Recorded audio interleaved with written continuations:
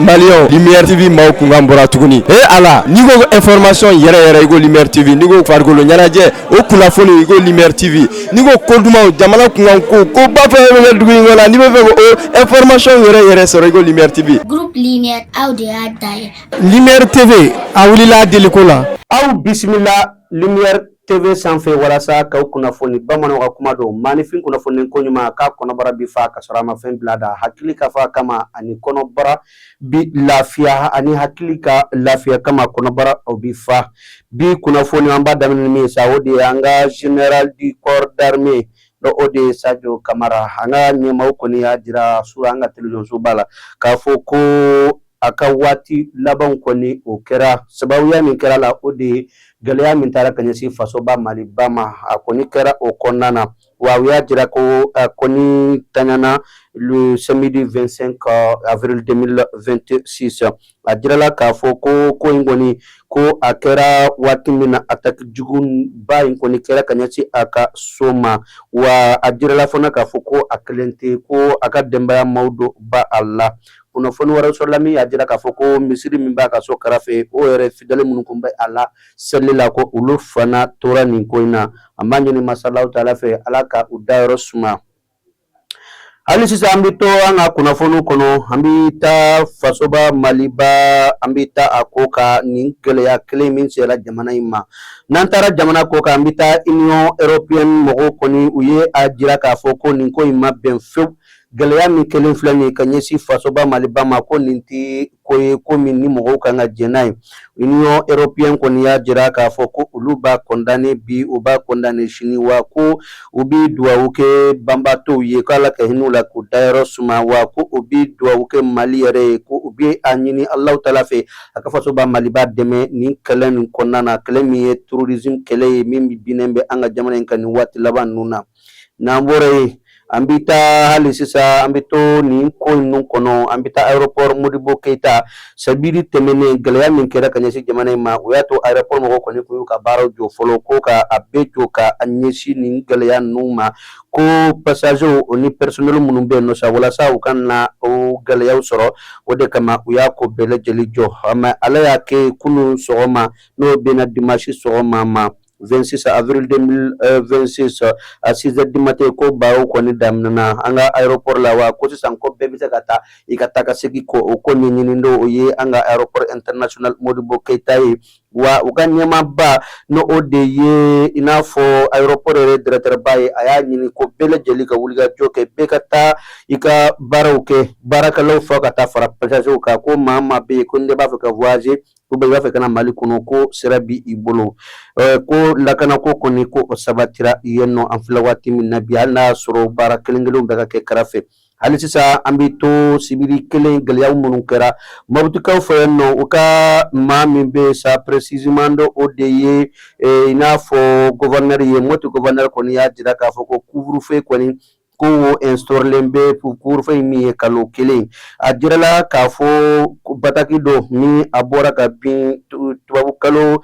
précisément tile 25 sufɛla fɛ ka jira k'a fɔ ko ka daminɛ tile 26 fɔ ka taa bila kalo min bɛna jɔ n'o ye mai kalo ye o tile 30 san 2026 ka mɔtikaw kɔni fɛ yen nɔ ko ka bɔ 29 la fo ka taa bila 6h la ko maa si kana ye kanama bilen ni 29 sera bɛɛ ka don ka taa an ka finitigiw dɔrɔn de ka to munumunu na bɛ se ka to gɛlɛyaw bɛ se ka taa ka bɔ jamanadenw kan k'u lakana o fana kɔfɛ hali sisan an bɛ to fasoba Maliba kɔnɔ an bɛ taa an ka fasodenw kɔni n'o ye armée mɔgɔw ye u y'a jira k'a fɔ ko attaque min kɛra ka ɲɛsin an ka jamana in kɔnɔ ko wulikajɔ ni baaraw bɛɛ b'a kɛ min bɛ se ka to lakana kɔni u b'a sabati Mali ville baw la n'i y'a ta k'a lajɛ o ville ba ninnu dɔ ye i n'a fɔ Bamako ye dɔ ye Kita Kulukɔrɔ région dɔ ye précisément Kati ye a dɔw ye Gawo ye a dɔw yɛrɛ ye Kidali ye hali n'a y'a sɔrɔ kunnafoni minnu sɔrɔla bi ko Kidali kɔni ko a tora maajugu ninnu bolo ko an ka finitigiw minnu bɛ yen olu ni Africa Corps mɔgɔw kɔni k'u ye u ka kasaw n'u kasaw cɛ ka na Gawo fan fɛ n'i y'a ta k'a lajɛ a fasodenw Malidenw kɔni bɛɛ bɛ ka dugawu kɛ ko Ala ka gɛlɛya ni tɔɔrɔ min bɛ Mali in kan sisan ko Ala ka a wuli Namboro la hambita Burkina Faso no Capitaine Ibrahim Traoré ngale aisi nyama bayan flawat minasita ale ko ni kombo bobo jilaso ale ni Mali Premier Ministre no General de Division Abdoulaye Meiga ni ye ani fana Lamine Zeyni ngale Niger Premier Ministre fo kata afara précisément Burkina Faso Premier Ministre ka no ye Emmanuel ye ulu ko ni nyon ye sika fo ni atina folen ko ni kera uni nyonche min bɛ se ka to famille ɲuman bɛ se ka sɔrɔ jamanaw mara cogo la n'o ye ayise jamanaw ye ani taɲɛ ka kɛ jamanaw ni ɲɔgɔn cɛ gɛlɛya min bɛ yen nɔ ka bɔ yen nɔgɔyaw ka kɛ wa ayise jamanaw bɛ se k'u tigɛ ni ɲɔgɔn cogo min halisa o baaraw kɔni de bɛ sen na ni ye ko ninnu bɛɛ lajɛlen ta k'a lajɛ an b'a kuncɛ ni min ye o de ye groupe lumière ka anniversaire bɛ ka labɛn an bɛ taa ka segin la an bɛ jateminɛw na hali n'a sɔrɔ gɛlɛya ba b'an ka jamana in kɔnɔ nin waati in na min n'ala sɔnn'a ma groupe lumière ka anniversaire o bɛ na kɛ le 13 juillet prochain o de ye hukumu kɔnɔna na ballontan ba b'a kɔnɔ n'o ye deuxième édition lumière foot o fana kɔfɛ an bɛna journaliste mugan hakɛ k'u former maison de la presse la précisément min bɛ se ka to a kunnafoniw ka se ka di bɛɛ lajɛlen ma n'o ye citoyenneté ni ɲɔgɔnna gɛlɛyaw min bɛ an ka jamana kɔnɔ o bɛ se k'a fɛn cogo min na donc nin de ye kunnafoni min na an sera ka o sɔrɔ ka fara ɲɔgɔn kan d'aw ma Amadu Sala Ture kuma bara kun bɛ n bolo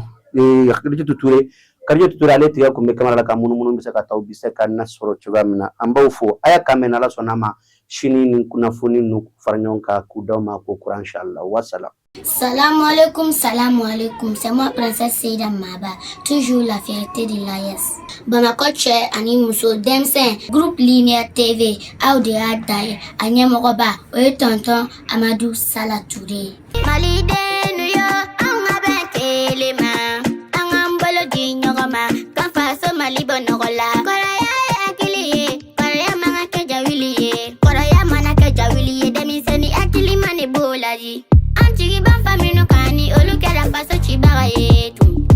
o b'anw sira anw denmisɛnw jigi bi tiɲɛ komi ti kɛ komi ti fɔ komi ti ye tiɲɛ kɔnɔ anw bi ko bɛɛ danni ye bi anw ka Maliba in kɔnɔ. Europe Malien Lumière TV maaw kunkan bɔra tuguni ala n'i ko information yɛrɛ i ko Lumière TV n'i ko farikolo ɲɛnajɛ o kunnafoni i ko Lumière TV n'i ko ko dumanw jamana kunkan ko ba fɛn bɛ kɛ dugu in kɔnɔ n'i bɛ fɛ ko Mali kɔnɔ ani Mali kɔ kan Afrique bɛɛ lajɛlen ni ne Fatim Jabate Madame Jabate de Mangaye la haute gamme ne y'a fɔ ɲɛna ko n'aw mago bɛ électronique fɛn o fɛn na diɲɛlatigɛ kɔnɔ a ɲuman bɛ sɔrɔ électro yelen de la yelen électronique n'i tɛmɛna yen nka dɔrɔn i t'a ɲuman sɔrɔ an ka studio complet dira an ma a musique ali sɔgɔmada in na ne ko non ko dada ko dɔ bɔ sɔn na parce que n'a ko ko studio a bafulu ka dɔgɔ nka a manga a bɛ kɔbɛw ni babaw de tigɛ n'aw mago bɛ fɛn o fɛn na électronique la yelen électronique de y'a da ye Mali ani Mali Afrique bɛɛ ka na n'a y'a ɲuman ɲuman i b'a dafara awɔ ale tɛ kɛ kalo kelen k'a bɛ tiɲɛ dɛ ayi ale ye sanni o tɛ balimakɛw n balimamuso électronique minɛn de jɔrɔ bɛ aw la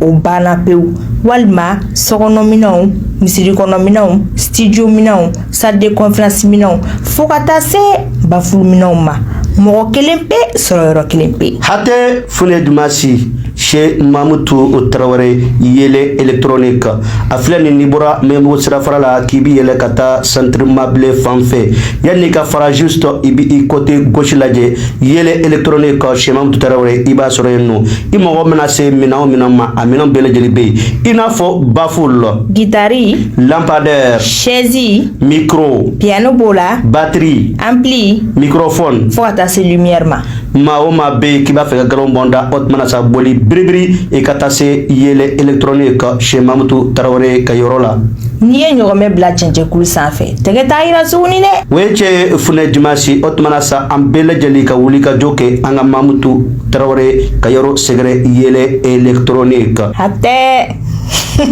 Malien Lumière TV maaw kunkan bɔra tuguni ala n'i ko information yɛrɛ i ko Lumière TV n'i ko farikolo ɲɛnajɛ o kunnafoni i ko Lumière TV n'i ko dumanw jamana kunkan ko ba fɛn bɛ kɛ dugu in kɔnɔ n'i bɛ fɛ ko information yɛrɛ sɔrɔ i ko Lumière TV Groupe Lumière Audi Adaye. Lumière TV a wulila a deliko la